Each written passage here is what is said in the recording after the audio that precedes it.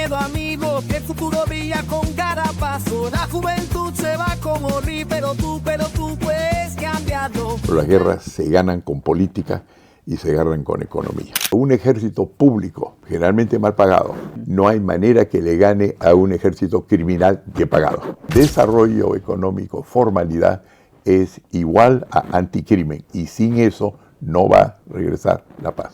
El Perú no es un planeta que flota en el espacio. El Perú es un país que está dentro del globo terráqueo, y si no es globalizado y no mira afuera, está condenado a no saber lo que pasa en la mayor parte del mundo. Eso es un problema de las amistades en el Perú. A veces nos hacen olvidar que somos individuos. Al robar un celular a robó, pues es espantoso, pero cuando roban en minas, lo que roban son miles de millones de dólares. Es peor el oro tráfico que el narcotráfico. El orden político en el país tiene que ser cambiado. Es obvio que están gobernando en una burbuja que no tiene contacto con el pueblo, ¿no?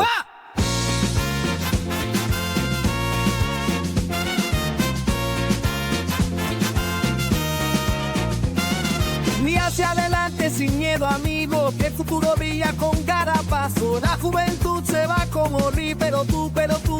Hola, ¿qué tal? Estamos en un nuevo episodio de Break Podcast, el podcast que no solo quiere inspirarte, motivarte, sino quiere hacer de ti un agente de cambio, un agente positivo, que dentro de nuestro país hayan más actores y cada vez menos espectadores. Para ello, en estos Break Podcast de selecciones, tenemos a los peruanos más ilustres y representativos del mundo, del Perú para el mundo. Y hoy es un lujo tener a uno de los más grandes economistas, más brillantes que tiene el mundo. Ha sido inclusive calificado como una de las 25 mentes más brillantes. Es uno de los economistas que ha ayudado a que el país se reconstruya, y sobre todo es un orgullo para todos los que somos de la comunidad de KN tener su amistad, su cercanía y sobre todo siempre sus consejos y su apoyo. Hoy estamos con el doctor Hernando de Soto. Doctor Hernando, muchas gracias por estar en esta entrevista de selecciones que tenemos para toda nuestra comunidad, pero sobre todo para inspirar y motivar a nuestros jóvenes peruanos. Muchas gracias, don Marcelo. Como siempre, un gran gusto. Aquí tiene frente a usted un fan de KN, cosa que aquí estamos encantados de poder conversar. Muchísimas gracias, mi doctor. Mi doctor, usted nació en Arequipa, pero su infancia estuvo marcada por el exilio. ¿Qué recuerdos más vivos tienes de esa etapa? ¿Cómo crees que sirvió para formar tu carácter? Bueno, un montón, por supuesto, porque mi padre era diplomático en primer lugar, cosa que yo salí de Arequipa a los 3 meses de edad en brazos de mi madre, y hemos vivido ahí en el extranjero, y después mi padre durante un corto tiempo, un año fue secretario de la presidencia de José Luis Bustamante y Rivero, gran demócrata, que después fue presidente de la Corte Internacional de Justicia, pero por esta asociación pidió del golpe de Estado, pidió salir y trabajar para un organismo internacional, y después yo fui gerente general de la compañía de ingenieros consultores más grandes de Suiza, y pasaron 39 años así. Cosa que hace unos 40 años regresé al Perú, que visitaba frecuentemente, pero en el cual en el fondo no había residido. Los recuerdos son 2, ya que los ha mencionado. Uno es, por supuesto, de una juventud pasada sobre todo en el exterior, en Europa, en Suiza, en París, en Londres. Y la otra cosa es padres que durante todo este tiempo extrañaban Arequipa. Cosa que ideológicamente soy un producto arequipeño. Internacional. Y al mismo tiempo internacional, y todos los días trato de conjugar las dos cosas. Muy bien. Mi estimado doctor, a su regreso, ¿qué fue lo que más le impactó del Perú en esos momentos? Bueno, el hecho es que yo ya estaba ideológicamente tomado por la idea de la peruanidad, que es lo que extrañaba en mis padres, ¿no? Nunca olvidaron eso. Ellos no se integraron a Europa, mi hermano y yo era una cosa distinta, pues crecimos ahí, nos sentíamos cómodos. Lo que vi es que era muy distinto ser un residente del Perú que visitarlo cada año o 2 veces al año por 1 mes o 2 meses. Son realidades distintas. Pero lo que mucho me agradó del Perú es que me siento, por supuesto, muy peruano, y por otro lado, quiero decirle una cosa, comparado a los europeos, somos más amables, somos más simpáticos, Sí, claro. somos más amigueros, y eso es una cosa que a veces falta un poco en Europa, ¿no? El individuo es más fuerte en Europa, pero las relaciones grupales son más fuertes acá, y eso, algo se ha perdido Europa con haber dejado eso atrás. Sí, yo creo que es un detalle que nos marca como peruanos, es el ser cálidos, el ser siempre comprometidos. Mencionaba Europa, mi estimado doctor. En sus años de estudiante universitario, ¿pensó usted que iba a desarrollar la economía, o fue la vida que lo llevó a encaminarlo? No, yo estaba perdido hasta más o menos los 18, 19 años, a tal punto que mi padre básicamente decidió que yo iba a estudiar Derecho porque toda la familia había estudiado Derecho, ¿no? Sí, claro. Entonces vine al Perú por un rato, y en ese momento, al ver pobreza, riqueza y vivirla, fue un año y medio corto, entonces me di cuenta de la importancia de la economía y que había varias formas de verlo, como sociólogo, como psicólogo social, como economista o como abogado, y me gustó mucho la economía porque era una cosa concreta que permitía que uno haga cosas que no solamente eran consejos, sino construir. Me gustó mucho eso. ¿Y qué factor importante tuvo usted durante su carrera que lo ayudó a destacar dentro del campo de la economía, que pueda mencionar para que todos los jóvenes aspirantes a ser economistas puedan tener un camino similar al suyo? Claro, cuando yo regreso después de haber salido a los 3 meses de edad de mi madre, era 1979 cuando terminaba el gobierno militar, de izquierda por un lado, y comenzaba Sendero Luminoso.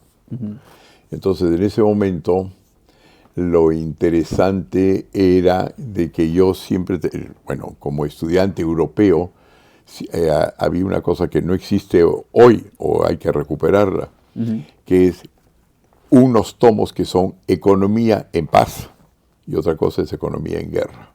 Wow. Entonces, había la guerra contra Sendero Luminoso, y eso es lo que me tocó vivir.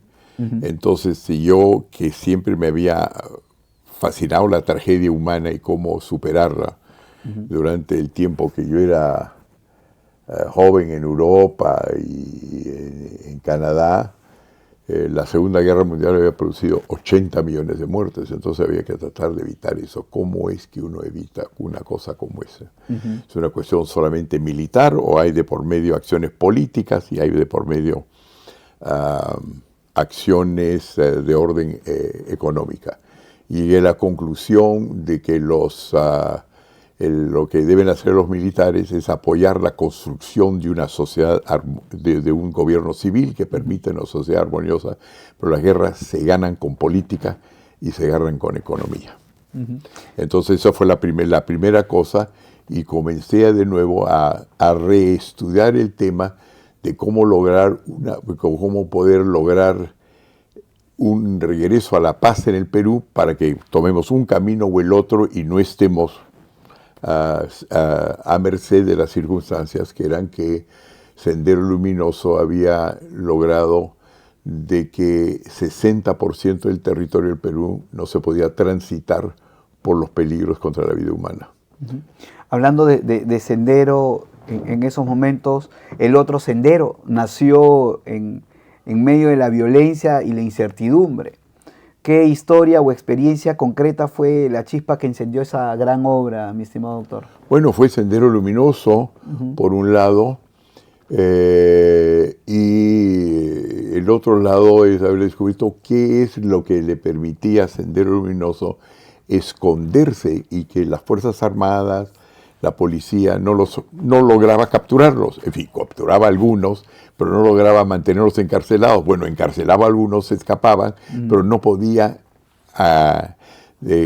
controlar todo eso, y ahí nació el concepto del sector informal. Se escondía en los lugares donde no había propiedad, donde no había direcciones, este vive acá, este trabaja acá. No había el orden formal que identifica que calibra y que por lo tanto lo más urgente en el Perú, si es que uno tenía en mi cálculo en ese momento aproximadamente entre 60 y 70% de la economía informal, fueron las primeras cifras, es cómo reducimos eso sensiblemente para evitar de que aquellos que quieren esconderse, que eran muy pocos, Sendero Luminoso no era un gran ejército, un ejército de probablemente 2.000 a 5.000 personas armadas y el resto eran apoyo, pero en la desinformación que existe en el sector informal no había cómo identificarlos ni saber cuál era el argumento que les había permitido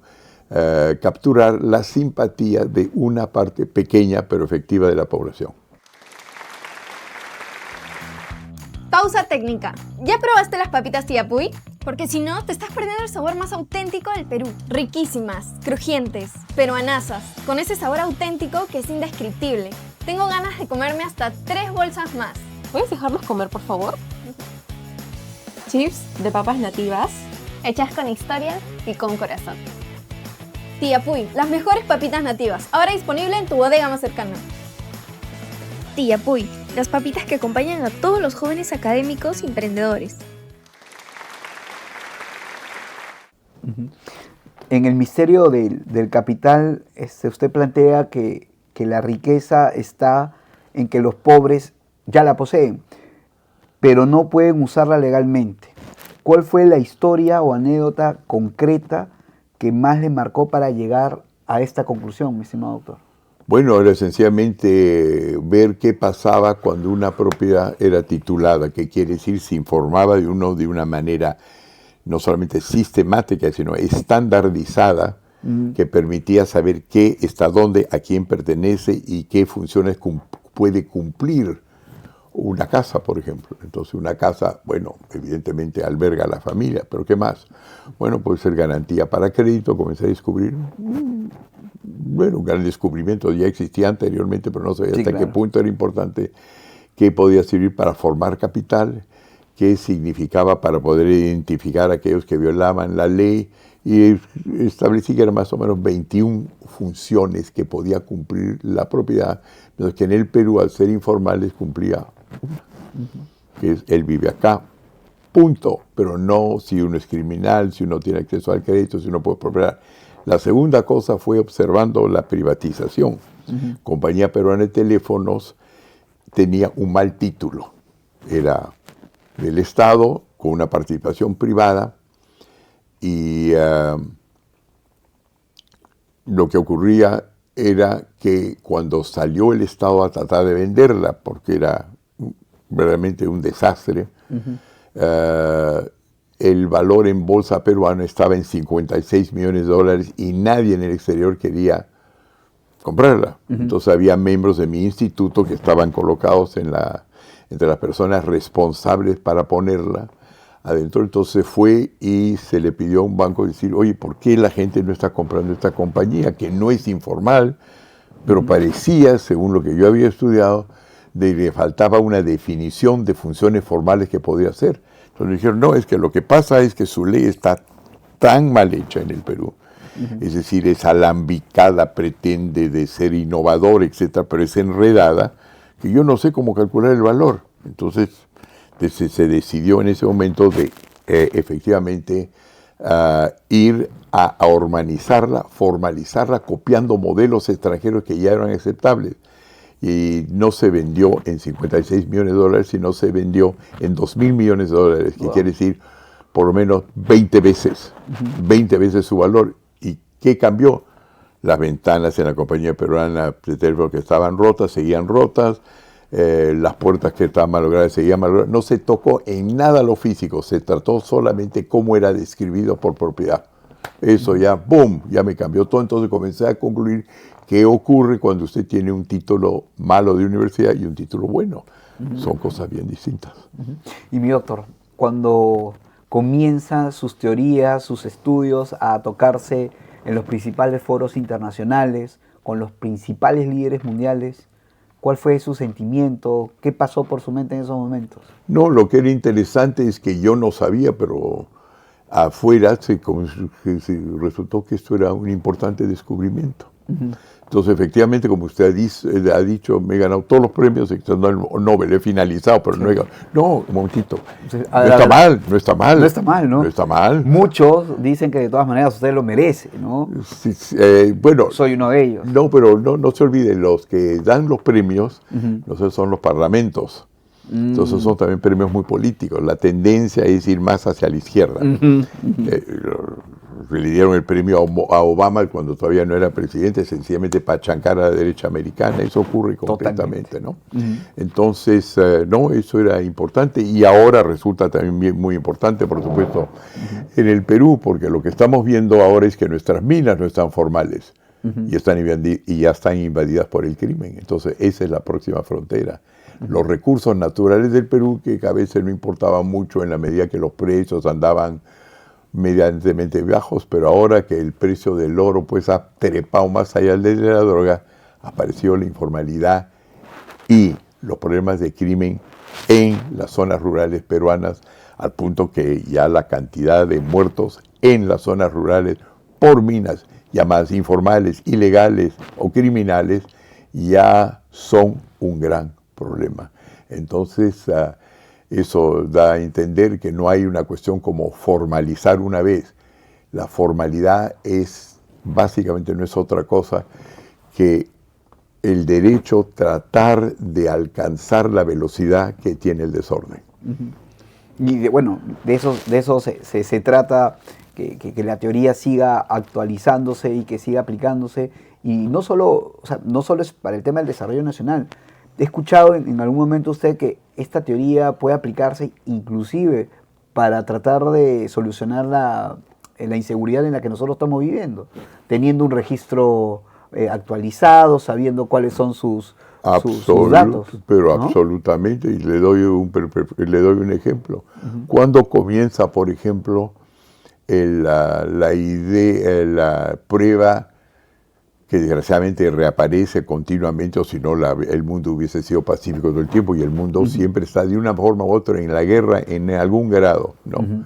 Cuando en Venezuela se descubre cantidades importantes de oro en las zonas de Bolívar y en las zonas de Amazonas, en el sur, lo que hace el presidente Maduro es efectivamente darle la bienvenida, pero surge el crimen, ¿no? Que quien se apropia de la mina. Entonces de ahí envía fuerzas armadas y fuerza policía para entender por seguridad, ¿no es cierto?, que esto es un problema policial. Pues no lo es, porque lo que ha ocurrido es que se calcula ahora, si usted lo agarra sencillamente en Google o inteligencia artificial, se calcula de que el 90% de las minas hoy día de oro que están en el sur de Venezuela son 90% propiedad de exmilitares y policías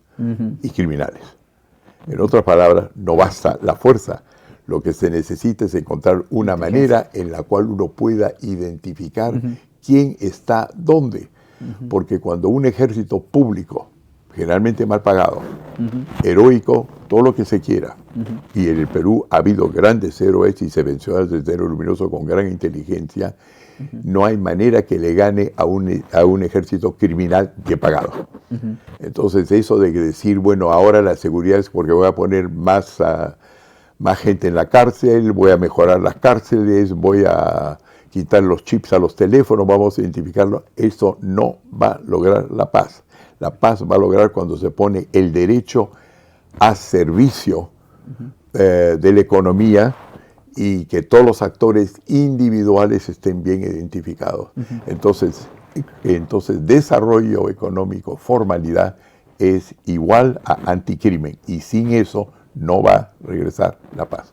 Es la inteligencia necesaria para poder tener una inteligencia de desarrollo, y eso es algo que nos falta concretizar, ¿no? Que bueno, claro, ¿qué hace cada banco? Usted cuando va y pide un préstamo en el banco, le van a decir, me cae bien, o va a tener que identificarlo, va a tener las normas, dónde se fue, dónde se escondió. Si ha viajado, etcétera, ¿no? y de qué es dueño y dónde vive. La primera cosa que es interesante del informal es que todo el mundo sabe dónde vive, porque el informal quiere ser conocido con una buena reputación. ¿Usted dónde está? ¿Por qué le voy a prestar? ¿Por qué le voy a comprar? No, yo vivo acá. ¿Cuál es la característica número 1 de un criminal? Que no se sabe dónde vive. Exacto. Ya. Así de sencillo. Y dónde trabaja, y dónde está la mina, y dónde está el túnel. Usted fue director del Banco Central de Reserva en una época bastante compleja y difícil para nuestro país. ¿Qué experiencia recuerda como una de las más desafiantes que tuvo en ese momento, doctor? Pues lo que había que hacer en ese momento, 1979-80, era básicamente combatir la inflación, ¿no? Y eso no fue fácil hacerla a solas. La prueba es que la inflación continuó durante el primer quinquenio con Fernando Belaúnde, siguió en el segundo quinquenio con Alan García, y ya regresando al 90, cuando no estaba en el Banco Central de Reserva, ya como directorio, pero sí era la persona que le construyó su política económica a Fujimori, decir, esto no se resuelve dentro del país, esto se resuelve yendo afuera, suscribiendo acuerdos con el Fondo Monetario Internacional, creando un Banco Central de Reserva afiliado y por lo tanto independiente del poder político, y se destrozó la inflación en 3-4 años. Entonces, lo que yo tengo como recurso para eso, si se quiere, es de que hay cosas que no se pueden hacer solamente en el Perú. Si usted no tuviera un reloj suizo, americano, japonés, no podría decir la hora, y si usted no tendría las cámaras, no podrían estar. El Perú no es un planeta que flota en el espacio. El Perú es un país que está dentro del globo terráqueo, y si no es globalizado y no mira afuera, está condenado a no saber lo que pasa en la mayor parte del mundo, donde están, dicho de paso, sus mercados. El 99% del oro, llamado criminal, dicho de paso, no se vende en el Perú, se vende afuera. Entonces, un país mirando solamente hacia adentro y tratando de imitar a Bukele no basta. Mi doctor, hablando de presidentes, el 2021 usted decide postular a la presidencia. Más allá de los resultados, comentarios y sobre todo esa gran movilidad de jóvenes que hasta el momento usted publica algo y dice, no, él quiero que sea mi presidente, hubiese querido que Hernando de Soto sea el presidente del Perú. Pero es en esa campaña presidencial, mi estimado doctor, ¿qué fue lo más duro de esa campaña y qué enseñanzas personales le dejó, mi estimado doctor? Bueno, que desgraciadamente, como yo lo había dicho también anteriormente, y yo no fui el que inventó la palabra, sino los venezolanos, ¿no? Que somos un país más partidocrático que democrático. Es decir, es un país donde básicamente quienes decían son los partidos políticos. Y si uno agarra pues lo que es la Constitución del Perú, que nosotros también hemos ayudado a escribir, artículo número 1, es que el Perú, el Estado, la Constitución está ahí para defender a los individuos, no a los partidos. Y nosotros somos gobernados por partidos. Quiere decir que quienes son los dueños de los partidos básicamente deciden, no los que son elegidos. Perdón, los que son elegidos son nombrados por los partidos. Es una partidocracia. Y la partidocracia no es democracia. Es como la autocracia. Es de las personas que tienen autoridad. O el comunismo, que son aquellos que presiden la comunidad. Pero la Constitución dice muy claramente, como todas las constituciones del mundo, es la protección del individuo. Eso es un problema de las amistades en el Perú. A veces nos hacen olvidar que somos individuos.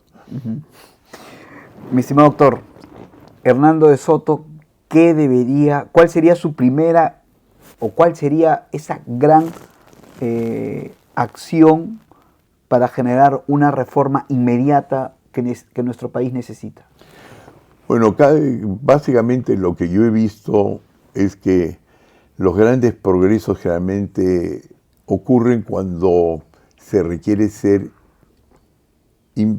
inventivo, para quizás crear una palabra, es decir, para resolver un problema, ¿no?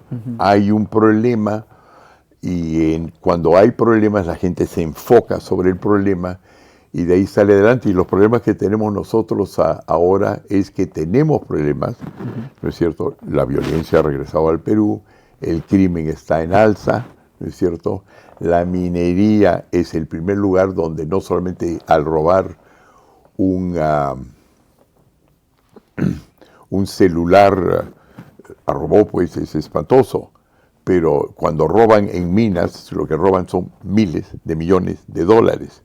Y eso, tú dices, eso es un problema minero. No es un problema minero, porque el ecosistema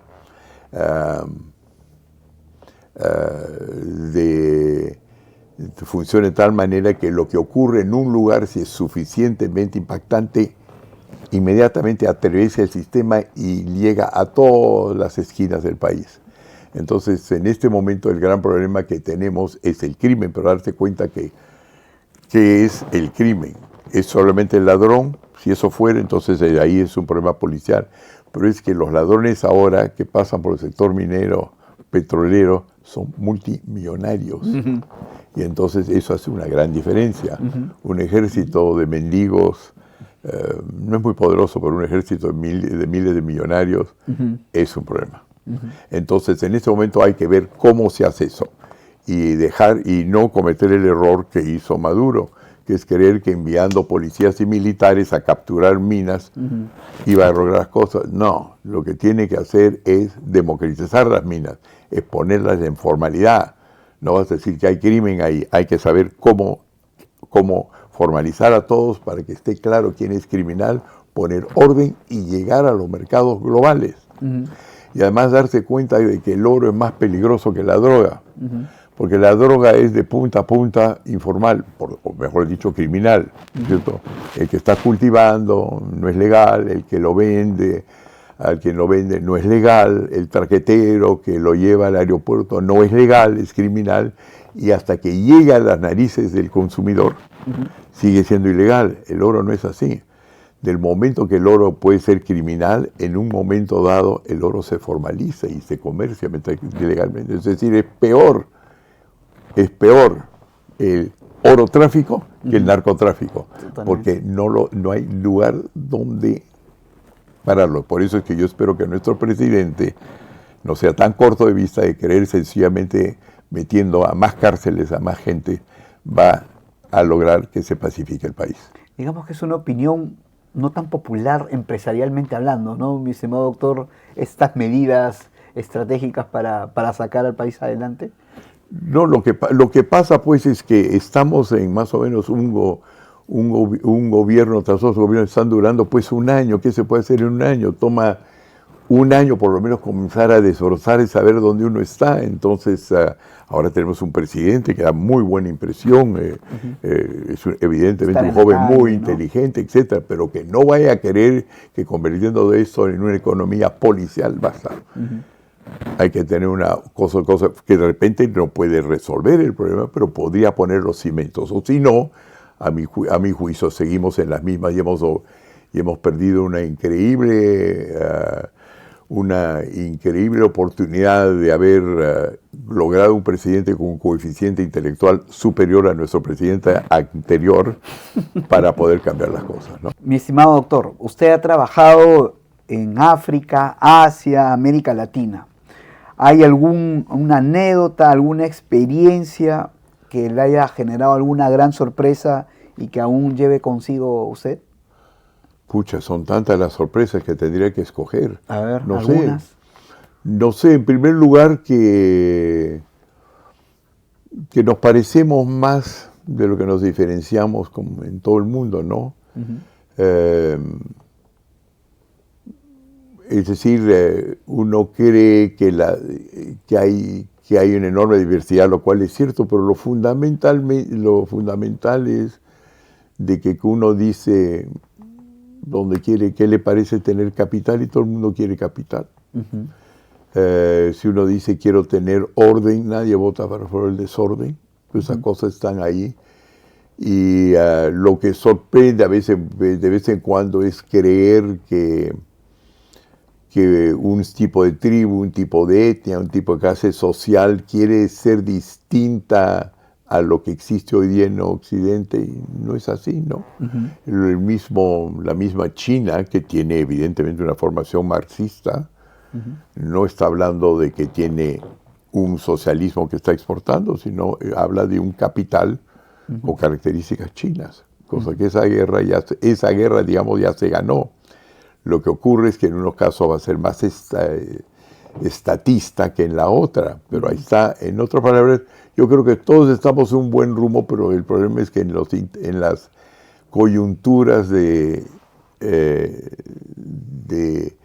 eslabones que es necesario para llegar ahí, siempre hay la posibilidad de malentendidos que lleven a la violencia o que nos hagan retornar a la prosperidad. No es fácil comprender la humanidad, ¿no? Mi estimado doctor, usted que tiene una visión de economía internacionalista de primer nivel, mirando hacia adelante, ¿no? ¿Qué papel debería jugar América Latina en la economía mundial para los siguientes próximos años? Bueno, en primer lugar, de desarrollarse y estar al día, ¿no? Cuando yo escucho a un, por ejemplo, marxista, como el presidente de Colombia, hablar, él está hablando de un marxismo, a mi juicio, desfasado. Retrógrado totalmente. Sí, no, es decir, ni China no es así, y Rusia no es así. Lo que como están funcionando son personas que creen en una economía de mercado con más o menos de cuestión del Estado. Estas son formas de socialismo desfasadas. Pero la misma cosa ocurre con las personas de derecho o llamadas liberales dentro del Perú, etcétera. No, también están desfasados, ¿no? En otras palabras, se les ocurre decir que son criminales el 70% del Perú. Un momentito, son informales. ¿Cómo se puede un derechista o un liberal venir a decir que hay que castigar a los informales cuando es 7 de cada 10 peruanos? Lo que hay que hacer es preguntarse si la culpa no es de uno, que hay que reformar. En otras palabras, la primera cosa en América Latina es ponerse al día, ¿no?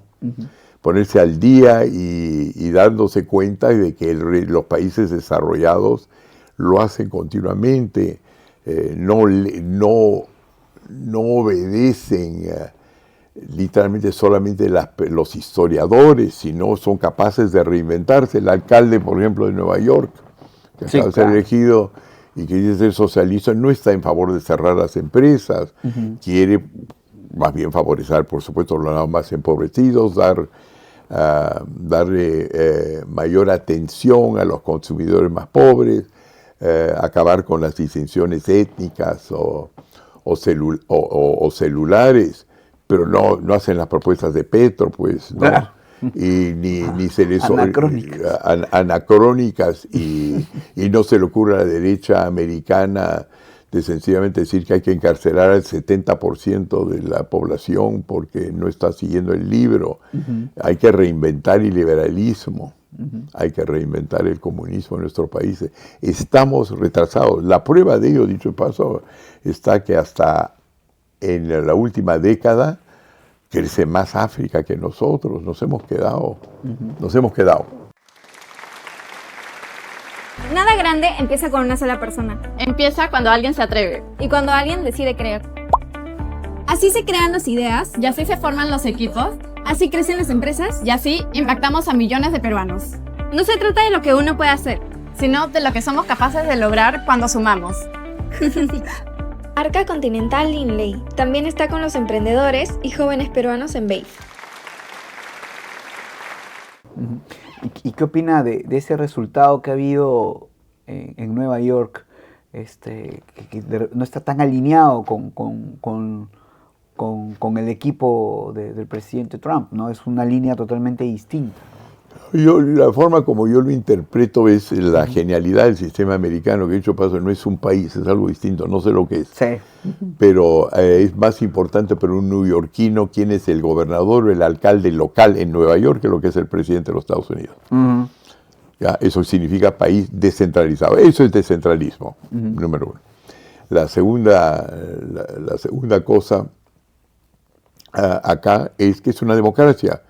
En otras palabras, no les gusta la disparidad, con lo que ha visto es un presidente Trump fuerte, entonces, ¿cuál es el equilibrio, ¿no? El equilibrio, creo que en sociología la palabra es equiparación. Equiparación. Cuando uno no está, cuando se nota un desbalance y demasiado poder, las democracias occidentales reequilibran. Y es sano. Entonces, en ese sentido, malas noticias, por supuesto, generalmente para, digamos, los liberales, pero es pues el lado de la democracia. La ventaja de la democracia es que nadie está permanentemente en su sitio. Lo que decía en su momento un gran economista alemán, cuyo nombre actualmente se me escapa, que es una pena, pero decía la cosa siguiente, ¿no? ¿Cuál es el objetivo de la democracia? El objetivo de la democracia es hacerle recordar al soberano, es decir, al jefe de Estado, que no importa a qué altura esté sentado, siempre está sentado sobre su... Qué buena. Ahí lo vamos a poner la descripción del economista alemán. Y en lo personal, maestro y amigo, mi estimado doctor Hernando, ¿qué legado quisiera dejarle a los jóvenes peruanos? Mi legado es básicamente lo que yo he hecho, ¿no? Es decir, que el derecho es una cosa que es importante, que somos anticuados, hay que renovar eso, que los liberales no son tan liberales, que siempre hay que dudar, y que en algunas cosas hemos hecho importantes. Tenemos un Banco Central de Reserva magníficamente bien manejado. Tenemos empresarios de primer nivel, ¿no? Con algunos prejuicios contra la mayor parte del Perú. Nos olvidamos de que en el Perú hay que ser muy tolerante, venimos de distintos sectores sociales que son muy distintos. Un aymara en Puno es bien distinto que un hijo de ingleses en, qué sé yo, no me refiero a nadie especial, en Lima, y que tenemos que aprender a vivir entre nosotros y no ser tan intolerantes como lo somos a veces, y que en el fondo merecemos una clase política mejor que la que tenemos ahorita. Y no es porque yo haya abandonado la clase política, porque yo tampoco he tenido mucho éxito en eso, pero creo que el orden político en el país tiene que ser cambiado. Es obvio que están gobernando bajo una campanilla de vidrio. Están gobernando en una burbuja que no tiene contacto con el pueblo, ¿no? Se cree que una vez que yo he elegido democráticamente, básicamente, no sé, los gobiernos pasados del tiempo de Kuczynski hasta la fecha han gobernado solitos sin consulta popular. Eso no debe ser, está en la Constitución. Hay que mantenerse al día y darse cuenta de que uno representa al pueblo, pero uno tiene que consultar con el pueblo, está en nuestros tratados internacionales. Entonces espero haber creado la cantidad de dudas necesarias para darse cuenta de que no existe simplificación administrativa, no existe una sola norma, una sola ley para acabar con los problemas. Es un poquito como el desagüe en una casa. Hay que jalar la bomba cada 2 horas. Yo creo que un tema importante que estamos hoy con el doctor Hernando de Soto es que si existe un banco central sólido, acá está el cerebro que hizo que haya ese orden, ¿no? Es uno de los principales asesores que ha tenido los principales líderes mundiales.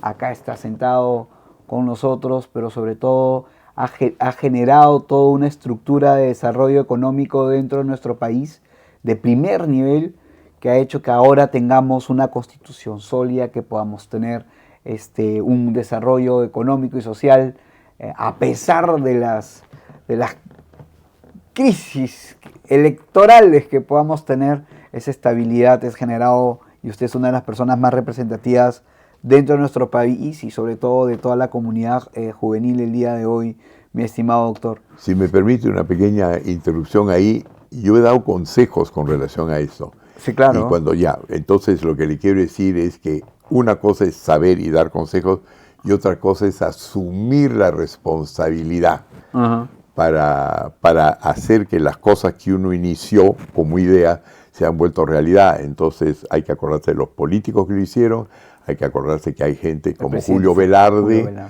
¿no es cierto?, que la manejó y lo hizo realidad. Entonces sí, en ideas creo que tengo algo de méritos, pero en las realizaciones han sido políticos y economistas de primer nivel.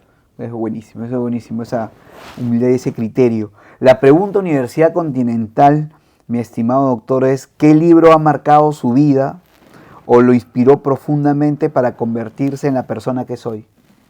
Hay varios libros que son importantes, pero creo que el que más me marcó fue de un periodista editorialista americano, que se llama Walter Lippmann, y que se llama La Buena Sociedad, The Good Society. No sé si ha sido traducido al español, lo dudo, pero en fin. Y él hacía la reflexión durante la Segunda Guerra Mundial, ¿qué ha pasado cuando hemos tenido tanta riqueza generada por el liberalismo que de repente han surgido, por un lado, los marxistas-leninistas y por otro lado el fascismo de Hitler, ¿no es cierto? Y ahora estamos frente a fuerzas abrumadoras que están produciendo más que el liberalismo. ¿Qué es lo que no ha funcionado? Entonces eso es para decir que todos aquellos que comienzan a citar a Walter Lippmann, a todas esas personas, a Walter Lippmann, a todas las personas que están hoy día citando a los clásicos, se olvidan que el liberalismo falla continuamente y que hay que ponerse al día. Para mí eso fue importante, no porque necesariamente las lecciones de Lippmann sean referentes a los países en desarrollo, porque no eran referentes a los Estados Unidos, pero que un liberal diga en ese momento, cuando hay 80 millones de muertos, los primeros responsables somos nosotros, que dejamos de innovar y nos quedamos en todos aquellos que tienen sencillamente las columnas vertebrales, pero sin haber comprendido que el liberalismo mismo significa cosas distintas en distintas zonas geográficas y en distintos tiempos. Es importantísimo, como lo es también para el marxismo. Repito, hay que jalar la bomba continuamente. Buenísimo, ahí vamos a ponerlo ahí en detalle para que compartamos también ese libro y puedan generarse este contexto amplio para todos. La pregunta tiyapuy, pero le cuento, tiyapuy, mi doctor, es una de las papitas andinas más ricas que tenemos dentro del país. Es hecho y trabajado con las principales ayacuchanas mujeres que siembran esta papa y ahora está dando la hora. Y la pregunta tiyapuy es, mi estimado doctor, ¿qué película o qué serie usted puede recomendar a nuestros jóvenes que les pueda servir para su desarrollo personal, profesional o para que abran su mente? ¿Alguna película que haya marcado en usted, mi estimado doctor? Seguramente son tantas y son tantas buenas. Lo único que puedo decir es que lo que le están dando mucha publicidad ahora en los Estados Unidos, pero no publicidad hecha por los autores de la película, sino por periodistas, es esta película que creo que ha surgido este año, que se llama Frankenstein. Ah, caramba. Y no es pero la idea detrás de eso no es que sea que alguien agarró distintas partes, una mano por acá, un cerebro por ahí, una oreja por ahí, y constituyó un monstruo que le dieron el nombre de Frankenstein, sino que es una película que trata de entrar en el tema de si los seres humanos pueden crear a alguien o una especie de máquina que sea superior a lo que ellos somos. Y claro, eso tiene que ver mucho con la inteligencia artificial. Yo personalmente creo que es filosóficamente imposible que alguien supere a los seres humanos. Y lo que podemos hacer es cada vez tener lo que algún filósofo, ahí está, si me acuerdo del nombre se lo digo después, dijo sencillamente que todas las máquinas que creamos, todos los sistemas que creamos, no son más que una extensión, una prótesis de la mente que nos ayuda a pensar mejor, pero no nos sustituye. Yo no creo que eso es posible. Sí, claro. El cerebro tiene que ser la guía, ¿no? Más no, y más el carro de repente se vuelve un poco más rápido, ¿no? No, es una especie de es una especie de contradicción. Es como decir, mire, Dios es superior a todas las cosas, pero ya lo vamos a alcanzar, ¿ah? Sí, ¿no? No, es absurdo. Pues. Muy bien, mi estimado doctor. Justo hace algunas semanas un estudio de KN Data menciona que muchos jóvenes quieren irse ya no solo por la falta de oportunidades que hay en el Perú, sino también por la inseguridad en la que nosotros vivimos.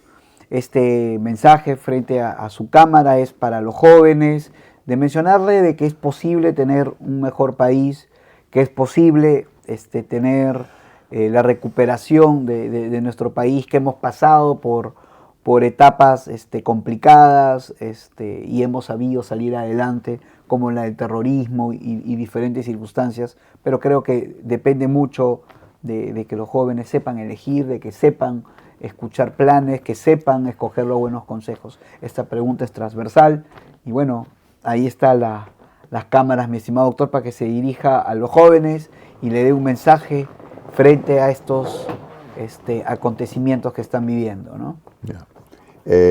Queridos amigos o jóvenes, si ustedes quieren ser bien compensados como empleados, evidentemente es bien atractivo pensar ir a un país desarrollado. Pero si quieren hacer algo significativo, no hay nada como quedarse acá. No solamente porque las papitas fritas son más ricas, sino porque también al mismo tiempo lo que ustedes pueden innovar acá es mucho más grande de lo que se piensa.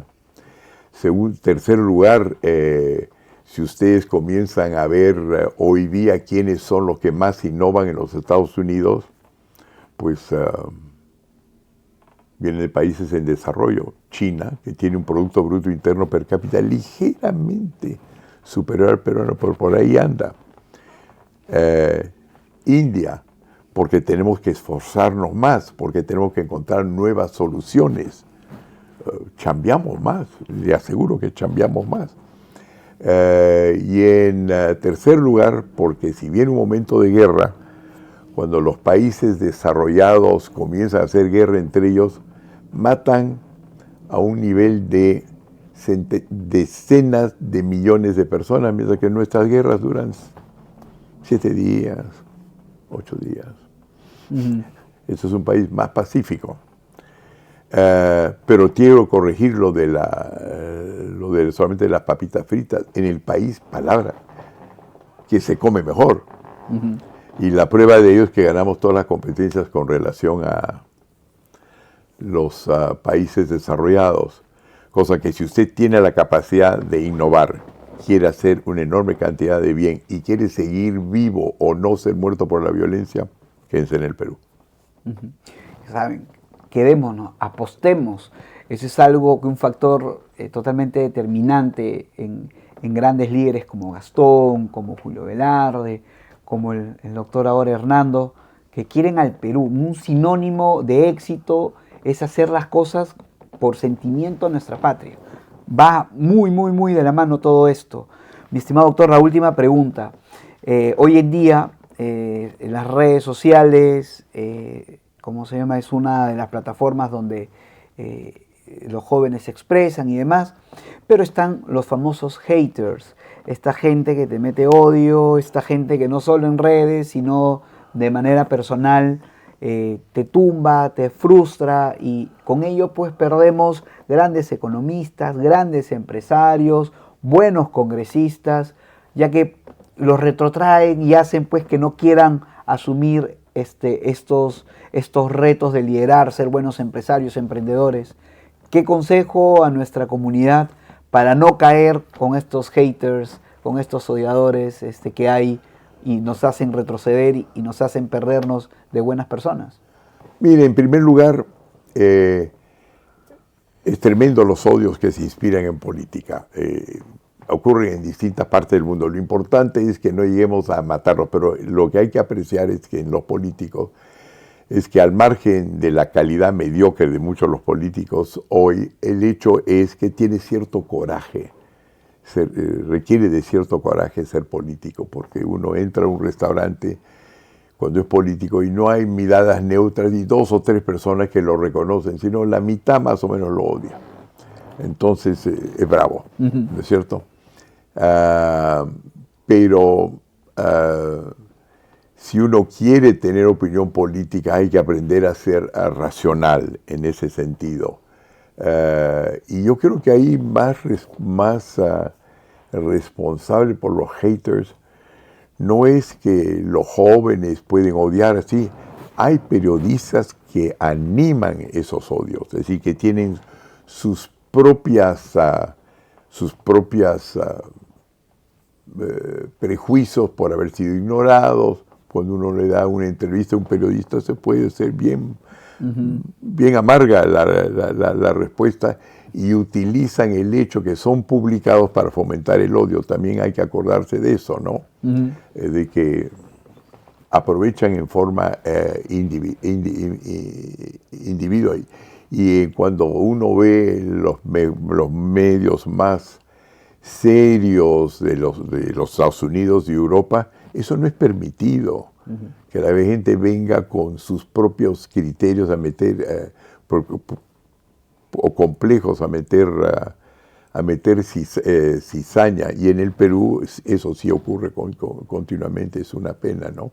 Y uno se pregunta después, ¿y por qué entonces está decayendo la prensa normal en el Perú? No los podcasts, sino la prensa normal. Es porque, gracias a Dios, la gente se da cuenta de que hay prejuicios personales.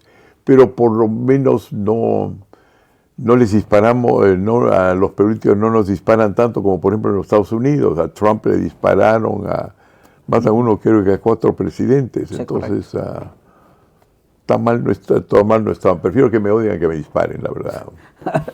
Ya saben, no hacer caso a los odiadores, van a haber disparos, pero no deben frustrar el camino principal, que es tratar de seguir aportando como empresario, como economistas, como líderes sociales, pero siempre sin tener miedo a esta gente. Sí. Así que... Pero por otro lado, el hecho, lo que estamos hablando anteriormente, ¿no? Los lugares donde yo he trabajado, por ejemplo, donde hay dictadores y donde las primeras planas de los periódicos, o por miedo o cualquier cosa, hablan solamente de lo bonito, no necesariamente es una buena cosa. Es decir, la competencia, por lo menos, es crucial, y el derecho. Hay una anécdota, hablando de libros, etcétera, un libro que me impresionó mucho, de un filósofo, que si mal no recuerdo el nombre, fue McGinnis, que estudió a los chimpancés, que tienen 98% de los mismos genes que tenemos nosotros, ADN. Sí, claro. Perdón, ADN, mismo. Y por eso los envían en los satélites al espacio para ver qué les pasó, hasta con experimentos médicos, para no sacrificar una vida humana, sino la vida de un chimpancé. Bueno, resulta que entre los chimpancés, 1 en cada 3 chimpancés muere a manos de 2 otros chimpancés. Wow. En otras palabras, de ADN, en el sentido de ADN, nosotros los seres humanos tenemos una serie de atributos extraordinarios, pero uno de ellos definitivamente es odiar. Entonces, la idea acá es: el derecho es importante, la economía es importante, la política es importante, porque eso es lo que nos permite darnos cuenta que no somos perfectos. Y que si algún progreso hemos logrado, es cuando hemos logrado pacificar a través del derecho, pacificar a través de la política. Por lo tanto, no hay que hacer, así como hay que hacer a veces servicio militar, hay que hacer servicio político, porque eso es la única cosa que nos permite controlar lo que somos, pues. Así hemos nacido. El ser humano tiene otra cara, que es como una moneda. Hay una cara que es buena y hay una cara que es mala. Y si hemos podido avanzar, es que hemos podido controlar nuestro genio.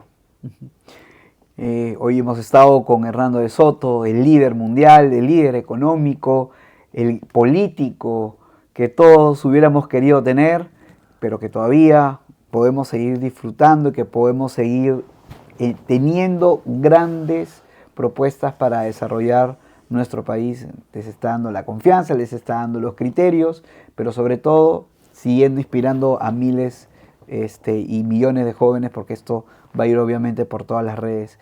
Ha sido un gusto, maestro, amigo, de que haya podido darme esta lujosa entrevista y nada, súper agradecido con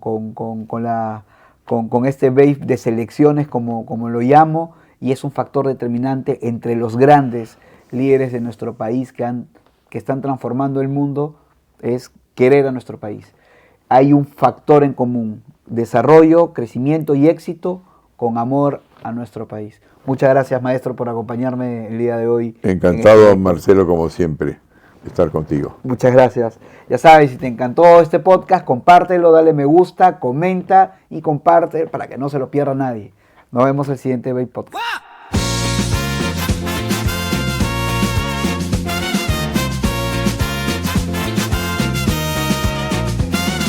Ni hacia adelante sin miedo, amigo, que el futuro brilla con cada paso. La juventud se va como río, pero tú